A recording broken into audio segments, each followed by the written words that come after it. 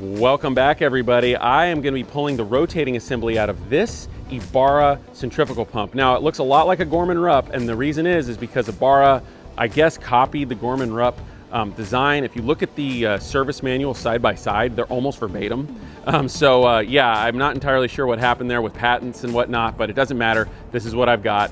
Actually, both the mechanical seal has failed in this, and I'm going to ship it off to a shop. They're going to rebuild it for me for like 800 bucks. I've already got the parts. I'm just don't have the time to do it, but it would have cost me $3 grand for them to do a service call to come out and pull it. So it's only taking me a couple hours to do this. I'm going to go ahead and show it to you. It's going to be great content for the channel.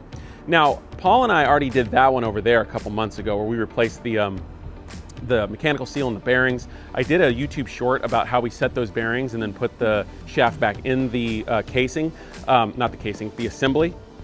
I'll link to it in the description, and also it'll pop up on your screen at the end. You can go watch that. It's like a minute long. It was just a fun video we put together. But anyway, let me just kind of take you step by step through what's going to happen here, so you know what to expect. First of all, I need to isolate this. We're going to be locking out and tagging out like we always do the electricity, but I don't have an isolation valve, and I need this pump to stay in service. So what I'm going to do, you see I'm already staged here. I'm just going to pull this elbow out, and I'm going to blind flange it. So I can work here without, you know, and my plant can still keep running. This is the transfer. This transfers clarified water over to the MBR unit. So anyway, after that, what I'm going to do is I'm going to decouple the motor from the pump shaft. I'm going to pull the motor out of the way, okay?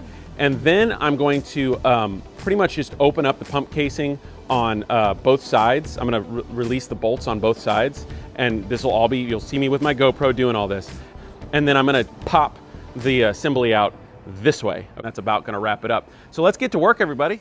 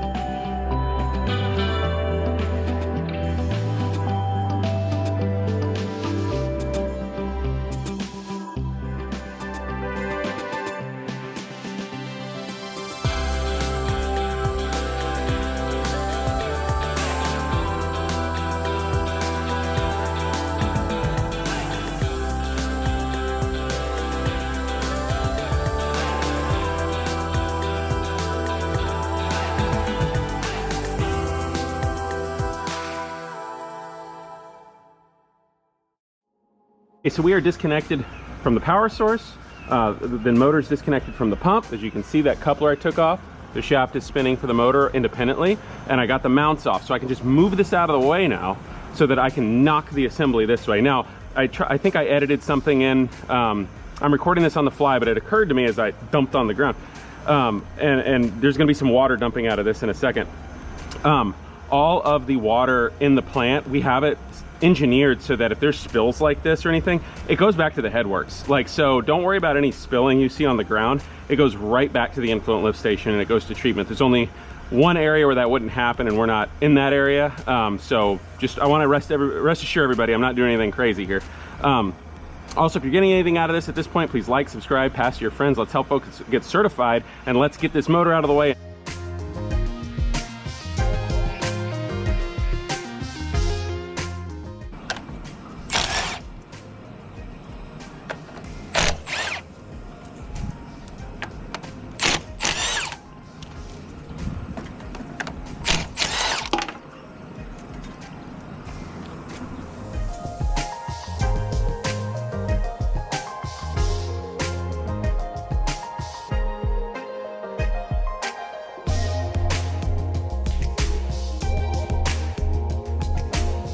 This is my weapon of choice when I do this.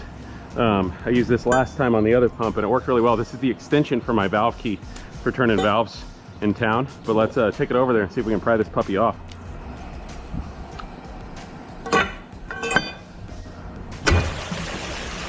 Okay, like I said, that's all going to the influent lift station.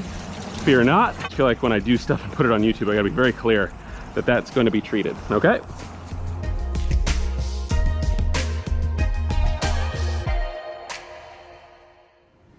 Hey everybody, Future Sean here with a quick edit. I was doing the final edit of this video last night and I figured it would be irresponsible of me to proceed with the next segment without actually showing you how to properly remove the rotating assembly. So I do it not in a way that the manufacturer recommends, and I'll explain everything, so just bear with me here, okay? So first, the way you would probably want to do this is, you see these vacant holes here? After you remove these 4 bolts from the ears, you would put something called a jacking bolt in here, and you would apply even pressure among all 4 ears, and it would slide the rotating assembly out, okay? You would push against the pump casing. There's nothing actually holding it. There's just an O-ring on the inside of this now, and it would just slide out. Now, that's a process that takes time, okay? And so what I'm actually going to do is, I've already got the wear plate, the back plate pulled off. I'm just gonna position a redwood block right on the impeller nut, the flat part, not the vanes. I don't wanna hit the vanes. And then I'm just gonna give it a couple quick pops with a sledgehammer, and it will slide right out. Now, some people may have just gasped at that, but let me explain why I'm doing this.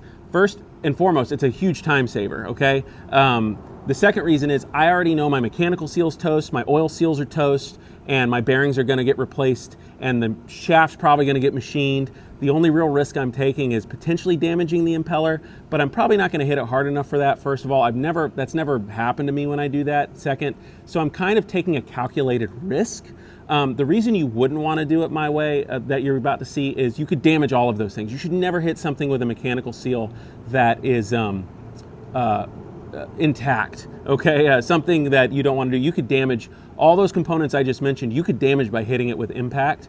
But there's, you know, I think there's those of us out there that do a decent amount of pump work that we've kind of grown used to hitting stuff and popping stuff with hammers, and I don't want to be a bad influence to anybody. So I do want to really just disclaim that there is an appropriate way to do this. If you're watching this for educational purposes, you should consult your service manual on how to properly do all the things you're seeing me do, okay?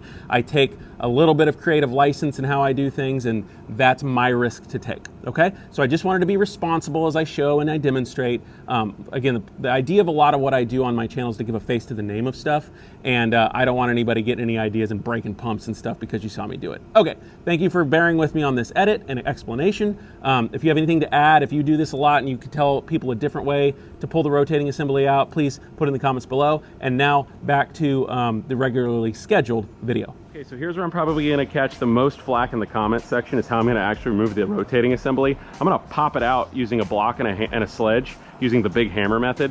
Don't do this if you want to save your mechanical seal. I mean, you shouldn't be pounding on anything that's got a mechanical seal, but this mechanical seal I know is toast based off the water filling the bearing chamber, so I don't really care. So I'm gonna pop this puppy out real quick. Heard a thud. There she is.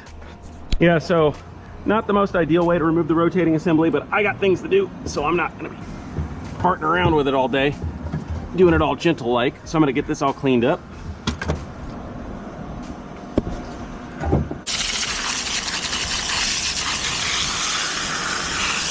All right, everybody. Well, that was a ton of fun and very cathartic hitting that with the sledgehammer. One of my mentors in pumps and motors, my buddy Rick up north in the Bay Area, always reminds me, never let these things smell your fear and never let them know you're intimidated.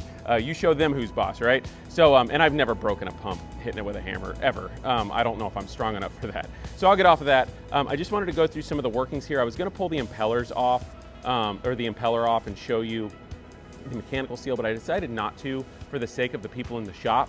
Too many cooks in the kitchen and they don't know what I might have done, and I just feel like it's better to send it to them totally assembled. So I'm just gonna show you some of the stuff that kind of is involved in here. So here's the impeller. You can see it should be spinning freely, okay? And they're gonna have to take that off, and right on the inside of that, you're gonna find the mechanical seal, okay? This guy makes sure that the water doesn't get into the bearing assembly over here, the bearing casing, okay? This gritty, nasty water that's really turbid will mess up the bearings. The bearings need to stay really clean because they're moving really fast on the shaft, or the shaft is actually moving really fast on the bearings, I should say. So then you've got the shaft, you got a bearing here, these are both bearings right here, bearing here, and you either press the bearing on, or like I said, Paul and I did a video, a short on YouTube, and I'll link to it at the end of this video, and it's in the description, where we actually put the bearing in a toaster oven and slid it right onto the shaft, which is a really cool way to do it because we don't have a press here. And the other thing you got is your oil seals right here on either side of the bearing, on your the inside of the inboard bearing and the outside of the outboard bearing, to make sure the oil stays in and lubricates the bearings as they should be. So I just kind of wanted to show you some of this before I ship it off to be rebuilt. And I got some cleanup to do. Got a big hole in my pump there, and motor sitting on the ground, and tools all over the place, paint chips, I gotta vacuum up those. So anyway, I got work to do to clean up. Thank you for joining me today, everybody. If you have any comments, please put it in the comments below. If you have anything to add, could I have done something better? And then also, if you have any questions, please put in the comments below. And as always, like, subscribe, pass to your friends. Let's help folks get certified in wastewater treatment, and we'll talk to you later.